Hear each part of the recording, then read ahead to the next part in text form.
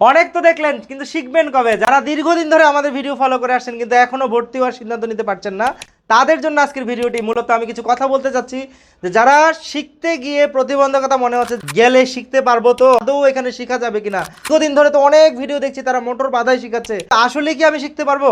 আমি তো তেমন কিছুই জানি না, আমি কি আসলে 1 মাসে কাজ শিখতে পারবো?